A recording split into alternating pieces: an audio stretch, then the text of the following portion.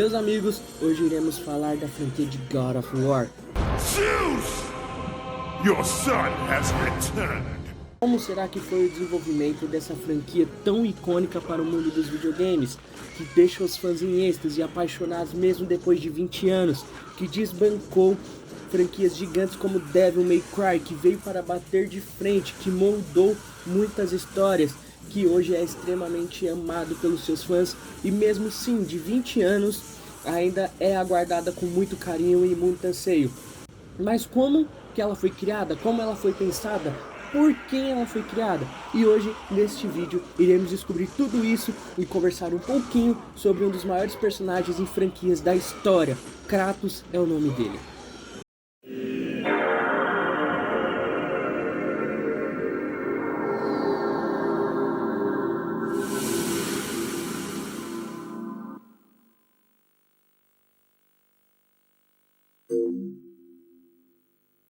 Imagina o seguinte, começo dos anos 2000, o PlayStation 2 dominando o mundo, a indústria explodindo e a Sony querendo algo que fosse além do comum. Foi nesse cenário que em 2005 nasceu God of War, desenvolvido pela Santa Mônica e publicado pela Sony. Mas não queria só mais um jogo de ação, a ideia era criar algo gigantesco, brutal, cinematográfico, algo que fizesse o jogador sentir que estava dentro de um filme épico. E aí entra um nome muito importante nessa história, David Jaffe. Ele já tinha trabalhado em jogos como Twisted Metal, mas estava num momento da vida em que queria fazer algo diferente, mais ousado, mais impactante. Ele basicamente pensou, e se a gente fizesse um jogo onde o jogador enfrentasse os próprios deuses? Mas não de qualquer jeito, com combates intensos, chefes colossais e uma atmosfera pesada.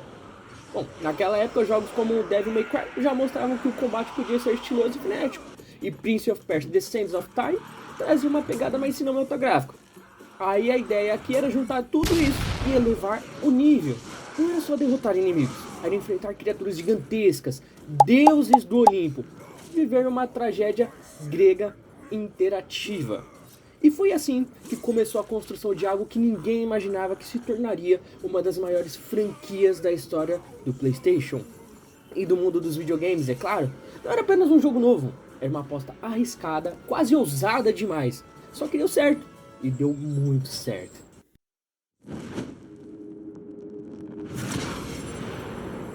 Agora pensa comigo, galera. De onde que surgiu essa ideia? De onde que veio tudo isso? Como que ele simplesmente acordou e pensando em criar um jogo onde você enfrenta os deuses do Olimpo?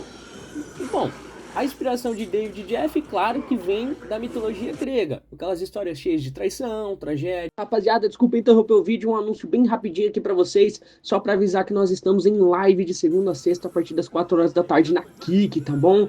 Segue lá, dá essa força pra gente. Caio Vitor 18, valeu e fiquem com o vídeo. Vingança e Destinos Cruéis. Ele queria algo que fosse mais dramático, tivesse esse peso. Ele não queria que fosse só um jogo de ação. Ele queria uma história com intensidade. Uma história que fosse desconfortável, como as próprias tragédias gregas. Então, é óbvio que existiram influências claras do cinema, porque ele queria algo mais cinematográfico.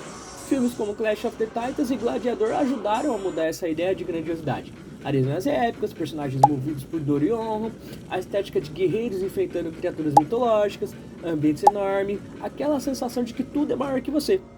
Isso estava muito presente na construção inicial do conceito. Só que sabe o mais interessante? A proposta nunca foi fazer um jogo bonito ou heróico. A ideia era criar algo brutal mesmo, visceral. Um protagonista que não fosse exatamente um herói tradicional, tá? Mas alguém consumido pela raiva. Isso é um ponto muito importante no conceito e na criação de God of War. A pergunta era simples então. E se o personagem principal fosse alguém que desafiasse o próprio destino? Isso é muito bacana, não é? Enfrentando os deuses em vez de servi-los. Foi dessa mistureba toda de mitologia, cinema épico, uma vontade quase rebelde de criar algo chocante que nasceu o conceito de God of War. Não foi só uma ideia criativa, foi quase um desafio para eles, até onde dá para levar a violência, a narrativa e a escala dentro de um videogame.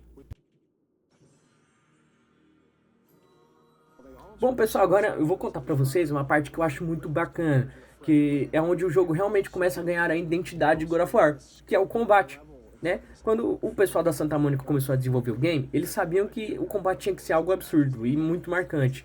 Então não dava pra ser só mais um guerreiro com espada saindo pra cortar inimigo. Eles testaram várias ideias no começo. Espada, tradicional, machado, o kit clássico de espartano, que é a lança e o escudo.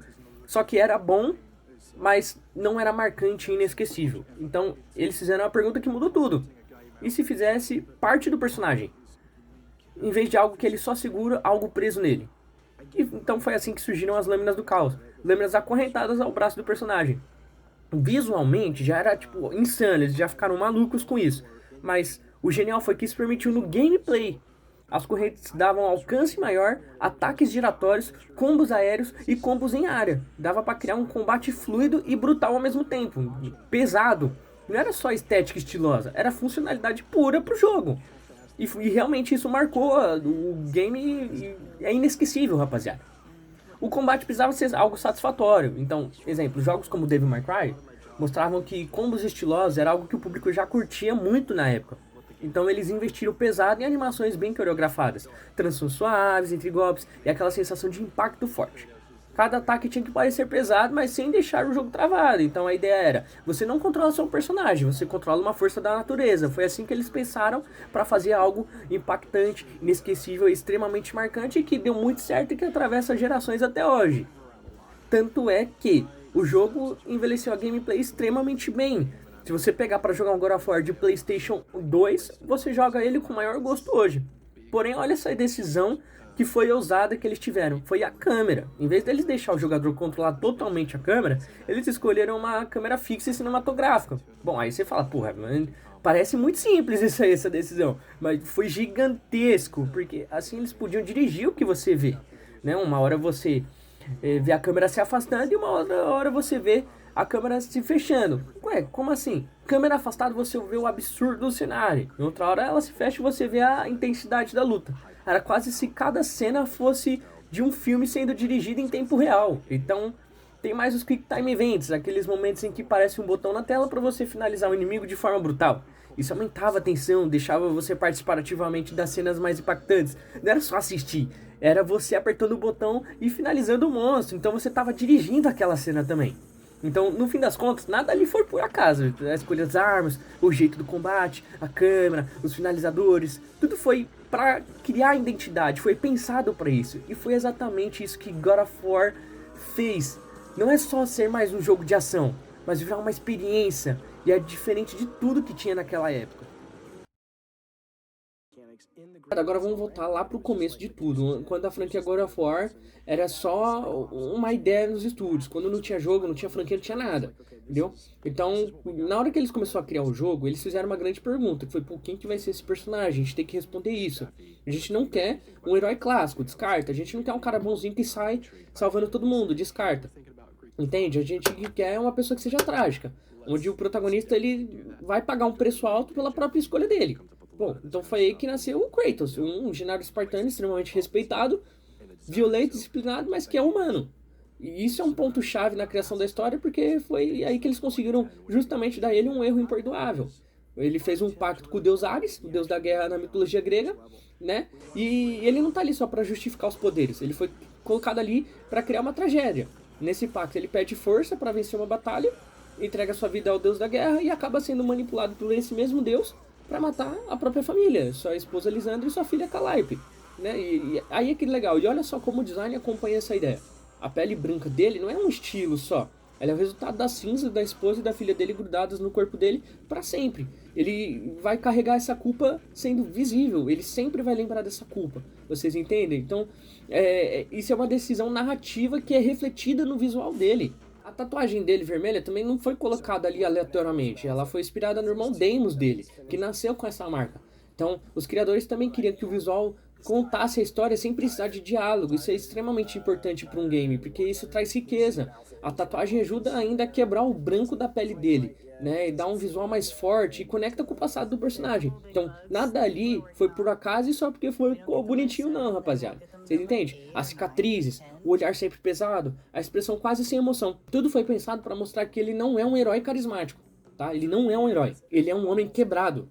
Isso conversa diretamente com o propósito inicial do jogo, uma tragédia jogável, tá? Eles queriam que fosse uma tragédia jogável, porém tem o temperinho a mais que é mitologia grega, né? Ambientado tudo na mitologia grega. Então, O nome foi uma escolha estratégica. Kratos vem da mitologia grega. Lá, Kratos é a personificação da força, filho do titã Palas com a deusa Styx, servo leal de Zeus. Então o estúdio ele foi lá, ele pegou todo esse nome, esse conceito, que significa poder e domínio e força bruta, mas adaptaram completamente o personagem. Então, em vez de servo fiel, criaram alguém que desafia os próprios deuses. O nome carrega o significado mitológico, mas a história é original. Então você percebe como isso tudo se conecta? Eles queriam um jogo brutal, então criaram um protagonista brutal. Queriam uma narrativa pesada, então deram a ele uma culpa irreversível.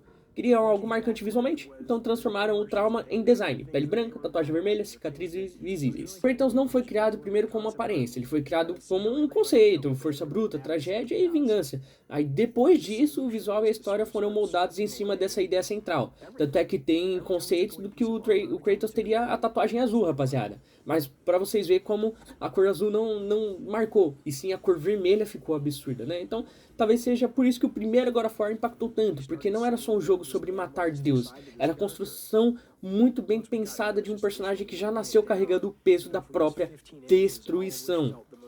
E rapaziada, quando a gente olha pra tudo isso, dá pra entender porque que God of War não foi só mais um jogo de ação lá em 2005, né? God of War não apenas vendeu milhões de cópias, ele ajudou a redefinir o que um jogo de ação podia ser. Ele mostrou que dava pra misturar combate brutal com narrativa pesada, mitologia com drama humano, espetáculo visual com tragédia emocional. A Santa Mônica conseguiu transformar uma ideia ousada e desafiadora em uma das franquias mais importantes da história dos videogames e da PlayStation. O legado não está só nas continuações ou nos números de vendas absurdos. Está na influência. Muitos jogos depois dele passaram a investir mais em câmeras cinematográficas, em combates coreografados, em chefes colossais, em personagens com conflitos internos reais. God of War provou que um protagonista não precisa ser perfeito ou carismático. Ele pode ser falho, ele pode ser violento, ele pode ser quebrado, e ainda assim ser inesquecível. Kratos virou ícone. A pele branca, a tatuagem vermelha, as lâminas acorrentadas, tudo isso se tornou parte da cultura gamer. Mesmo quem nunca jogou sabe quem ele é. E isso é quando um personagem deixa de ser só de um jogo e vira um símbolo de uma geração.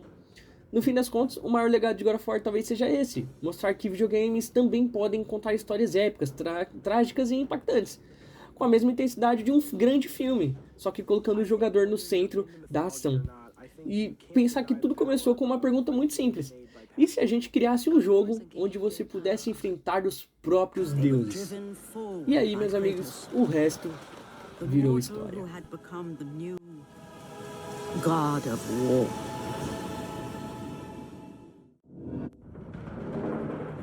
E rapaziada, se vocês gostaram do vídeo, não esqueçam de deixar o like, tá? Isso me ajuda demais, dá bastante trabalho fazer o vídeo, tá bom? Deixem nos comentários aqui sugestões de próximos vídeos, próximos jogos que a gente precise contar a história do desenvolvimento, tá? Pessoal, muito obrigado por tudo, se inscrevam no canal e não esqueçam de me acompanhar na Kick, tá? Temos live lá todos os dias no período da tarde e da noite, fechou? Um beijão pra todos vocês e até o próximo vídeo.